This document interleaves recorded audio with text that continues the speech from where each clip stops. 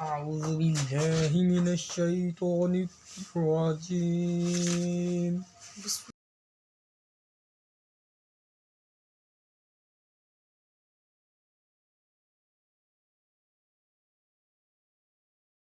الله الرحمن الرحيم. تبت يدا أبي لهب وتب ما أغنى عنه ماله وما كسب ذات لهب وامرأته حمالة الحطب في جيدها حبل من مسد.